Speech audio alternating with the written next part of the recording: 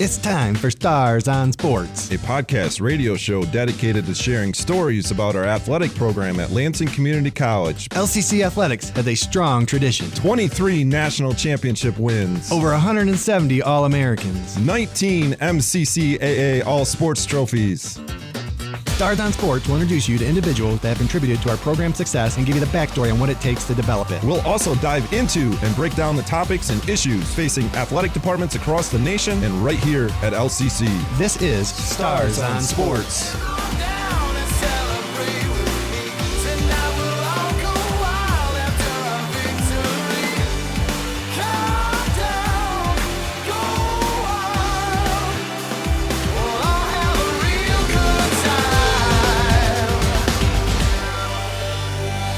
Hello and welcome to another episode of Stars on Sports. I am joined by our assistant AD, Stephen Cutter, and production manager, Jeremy. Welcome, Jeremy. Hopefully you get the chance to contribute today, because today we're going to be talking about, we're recording this podcast on Halloween, and, you know, I don't know if Halloween, where it ranks in my holidays, but just another day. I have kids and grandkids now, so trick-or-treating, and when I think of Halloween, I think of costumes, and you know, we were talking before we were on air about costumes in the past, and I was going to go more towards uniforms. I think about when I grew up, surprise, that was probably a lot of sports figures as Halloween costume. I was Marcus Allen one year. Marcus Allen. Had the cheap helmet. And, I had the the Cleveland Browns, football player one year, and I still have the helmet. Surprised they even put out any Brown stuff. I'm shocked. Ouch. We were going to talk about being a Cleveland fan and uniform colors and such, but you mentioned other Halloween costumes and how they've changed, and I think of even my kids. A couple of my favorites, my daughter was a fortune teller one year, and my wife just did an excellent job on a homemade costume, and she carried around like a piece of cardboard with a glass ball on it, and nice. It was just really cool and homemade, and we've talked about how extravagant they come, and one of my favorites is I wear the same thing every year. So my son dressed up as me one year, wore khaki pants, a Mason pullover with my badge. So those are two of my favorites. But going back to when we were kids, and you had mentioned the cheaper costumes. I think going into places like Ben Franklin and getting to pick out your Halloween costume, and you might be able to. Typically, they all came with a mask that had a cheap rubber band that was stapled to the to it, and you'd wear it, and of course it would break within a few minutes of wearing it. So you're trying to keep it on your face while you're still holding your candy bag, and it was sharp, so it would cut your face. And now I look at our kids and stuff, and I see these credible masks that just slide over their face, and so I don't think they know how lucky they are, or maybe even how realistic they look today. That's it. How realistic, how cool, how far they've come graphically, and it's a lot of excitement. Our kids have been talking about their costume for about a month now, so there's either lead up time, and they go back and forth and change, and probably won't even change today for tonight. And the debate we've had in our family is, how old is too old to be trick-or-treating? I think middle school age is pretty close, but we get high schoolers and older. What were the results on the debate? Well, my daughter is a junior in high school, and she's debating on whether she and her friends should go trick-or-treating tonight, and I would be against it. I think she's too old to trick-or-treat unless she takes, our grandkids or younger kids. And, weather is impactful, just like being in Michigan. It's going to be a really cold one. I've been in 80-degree Halloweens, and I've been in blizzards and Halloween. And I like it was one of my favorite things as a dad is to take our kids around trick-or-treating. I'd rather do that than pass out the candy for some reason. I like candy, so it was a competition to me to get a lot of candy, and surprise competition. But do you have a preference? I don't think so. As our kids have gotten older, the Halloween piece has become maybe a little less cool, and trying to figure out whether you still do something, or you go to a party, or whatever it is. And so I don't think so. I have a lot of good memories from when we were younger, and when our kids were younger, and we certainly would do it up for Halloween. And But not so much anymore. I mean, as we're recording this on Halloween, we have baseball stuff tonight. I'll be getting home, probably 9 o'clock, and it's just kind of another day. So it really depends on where you're at in life and where the kids are and everything else. And for coaches, I have some coaches that are practicing tonight, and some that move theirs up if they have younger kids that want to go trick-or-treating with them. Journey, give you a chance to contribute. Any favorite costume that sticks out to you, one you've seen, one you were? I say my mom was super big into like creating costumes, like what you were talking about how you like create your own costume. So for my son, he wanted to be a Pokemon, so we actually used the Little Caesars box and cut it open, painted it, and glued it, and made him into like a whole Pokemon character. And it was like the best costume ever. And all the kids thought he looked so cool. It is cool, and we talk about the ones you can buy, but even the cool ones that people create nowadays. That I mentioned with my wife likes creating them, and I was watching the TV show this morning with all the homemade ones that were made. So you're right, kids are spoiled nowadays on what they. We used to do pumpkin decorating at the schools too, and man, you want to talk about competition coming out in full force. There's no way those kids were decorating some of those pumpkins that were winning. I mean, they were going crazy. But yeah, it's definitely a special holiday, and you see scary stuff and then candy too. Do you have a favorite candy? I like all candy, but Really? Anything with coconut in it. So Almond Joys or the other kind are ones I don't like, but I'm a candy freak. I like, but 100-gram bars, chocolate caramel nuts. I love licorice. I'm unfortunately too much candy. You? Yeah, I like Reese's. I mean, that's peanut kind butter of the is a nice standby. combo, Yeah. Journey? I don't know what's going on, but like as I get older, Reese's has turned into like my favorite. Yeah. But I used to love Reese's. Twix. Twix used to I be my like favorite. chocolate caramel I nugget. was an M&M's guy, and then as things aged a little bit, it turned into Reese's. And, I love them. I like when being an AD, you have a concession stand around you almost every day of the week. So I went in cycles. Like I remember our concession stand would like cater to me. Like one year with 100-gram bars, so they had 100-gram bars. One year with peanut butter M&Ms, so they got peanut butter boxes of peanut butter M&M for me. Twix was one. Are you year. foreshadowing that our athletic department's going to have a concession stand in it coming up soon? I'm not foreshadowing. Okay. That there's challenges with that. Having concessions, people expect concession stands at athletic events. Yeah, I'd say they're disappointed when they don't have them. Especially the popcorn or hot dog, but and maybe sodas. But on the back end, we talk about things that you don't see. It's a lot more cleanup or management. Money in management. the bleachers. Yeah, Is that what you're bleachers, talking a about? mess. That those leave and. Even we have a vending area. So why don't you just put more garbage cans out? I mean, people are going to throw their stuff in garbage cans, not on the bleachers, right? If you have more garbage cans out. I disagree. Okay. One of the most humbling things I did is my kids were in National Honor Society in high school, and one of their service projects is you had to go clean Spartan Stadium the next day after a football event, and it really made you appreciate to pick up after yourself at a athletic event. And my kids do pick up when we leave our area, and we go to a lot of sporting events at the college and pro level.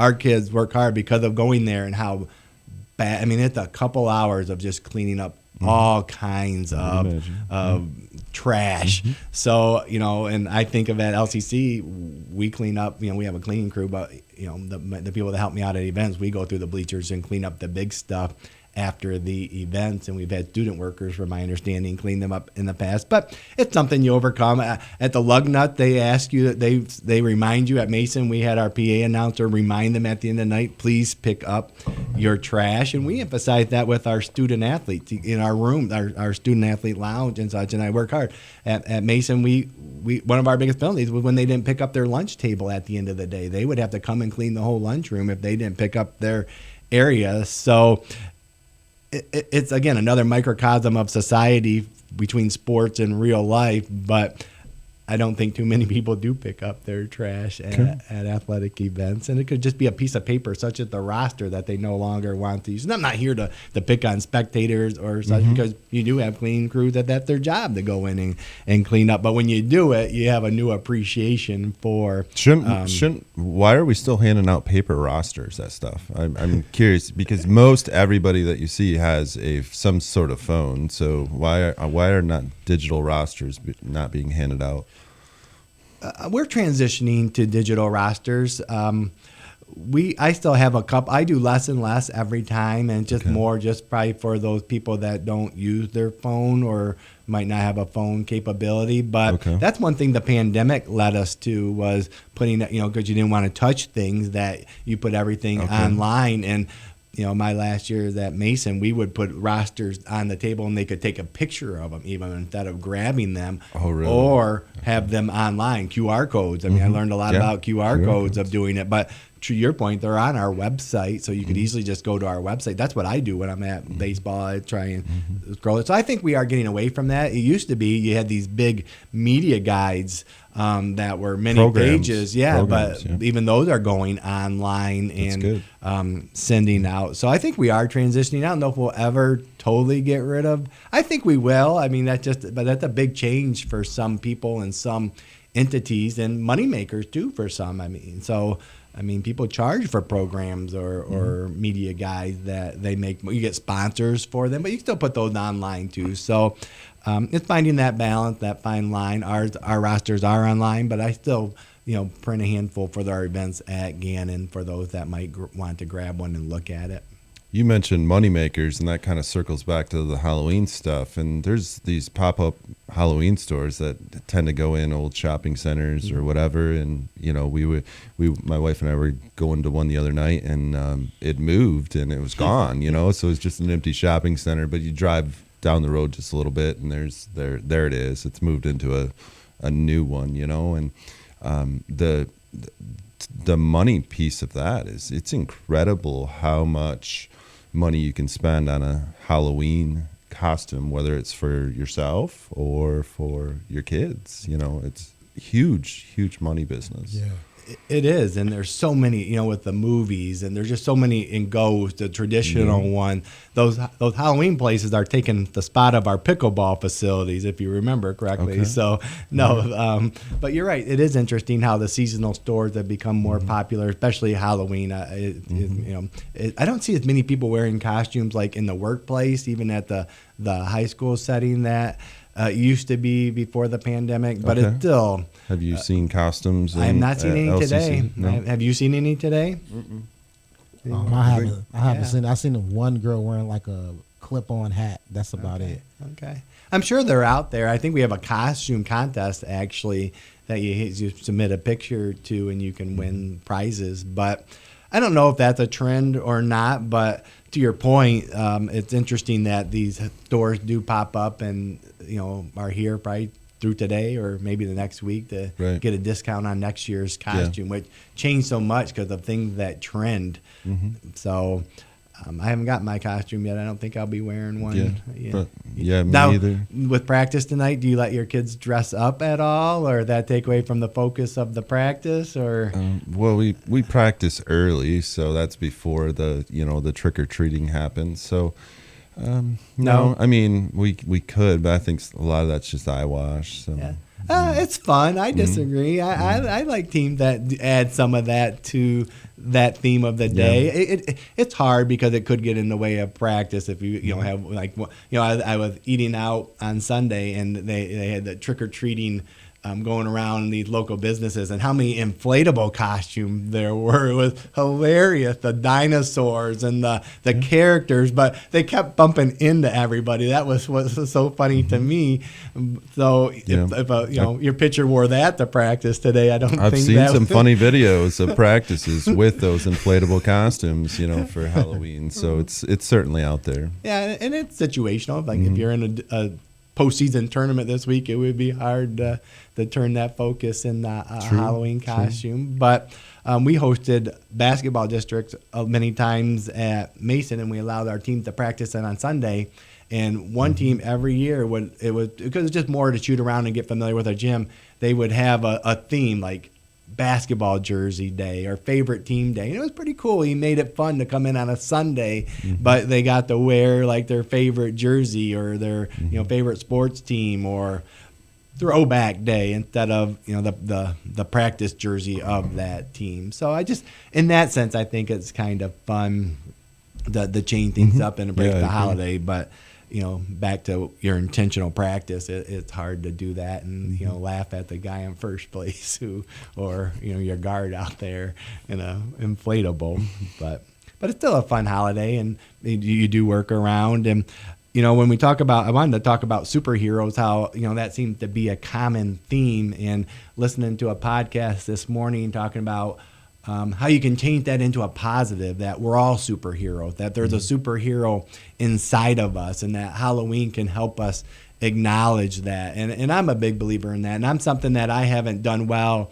in my life is believing in myself or always in your team, but how I've learned how important that is. And, that's one of the neat things that the Ted Lasso TV show has really emphasized is, believe was one of his big topics. But I know it's also, something you emphasized, and I have this these couple pieces of paper on my desk, and I was in an interview a couple weeks ago, and the person that was interviewing said, I have a Lou Holtz piece of paper on my desk that says, do the right thing, be better, and treat people well. And he goes, I try and live by that every day. And I thought, that's pretty cool. And I wonder how many people have something on their desk. But one of the things I have on my desk is called collective efficacy, and it's the shared belief in capabilities to organize and execute the courses of action required to produce given levels of attainment. That's by the psychologist Bandura, but that's sports, the collective, and they did a ratio that's like 1.57, and the next highest level of the given attainment is achievement, which is like 0.65. So if we all believe in what we're trying to accomplish, how well that will help us reach our goals. And so I have that on my desk. I have 3 or 4 others too, but when I think of Halloween now, I think of that, of the superhero, and we are who we believe we are, which is C.S. Lewis. I have that one on my desk, and believing in yourself. So do you have anything on your desk that you look at? Or we could go for a long time about belief systems. So that's a whole nother podcast. Yeah, I think so. And there's plenty of stories out there of humans who have changed their belief systems through one way, shape, or form, weird things happening, tests coming back, or anything else, just these crazy stories, and then they change their lives just because they stop listening to themselves so much, and they just start talking to themselves like, I do have Olympic athlete genes. I mean, there's a crazy story about a test coming back to a lady who was really struggling with just feeling old, not feeling good about much, and she had done some blood work and some gene testing for just some other stuff, and they ended up calling her and telling her that through just a stroke of luck that her genes came back, that she had Olympic, really the Olympic genes that most Olympians had, hers matched up, and it really just changed her life because she started believing that she had the athletic genes of an Olympian. So she starts exercising and she starts believing all this stuff. Wow. And she just changes her whole perspective, and then her husband is completely off guard because he can't believe how much has just changed by one phone call. And so like I said, there's a lot of stories where we can go with belief systems or things that are in my office.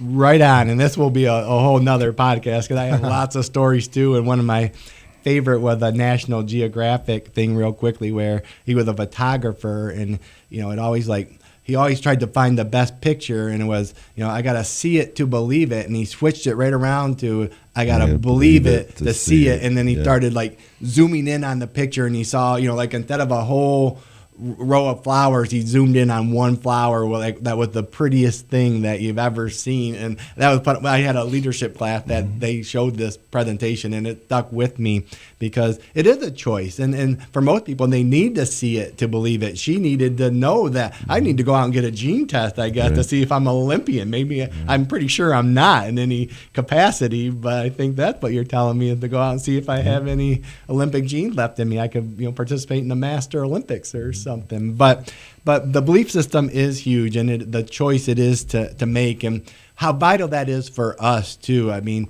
part of the thing I wanted to talk about that we're not going to get to today is like when we talk about costumes, they're fake, and those teams out there that might have been the biggest fakes in history, that might have gone to the championship game, that weren't just very good, but what got them there?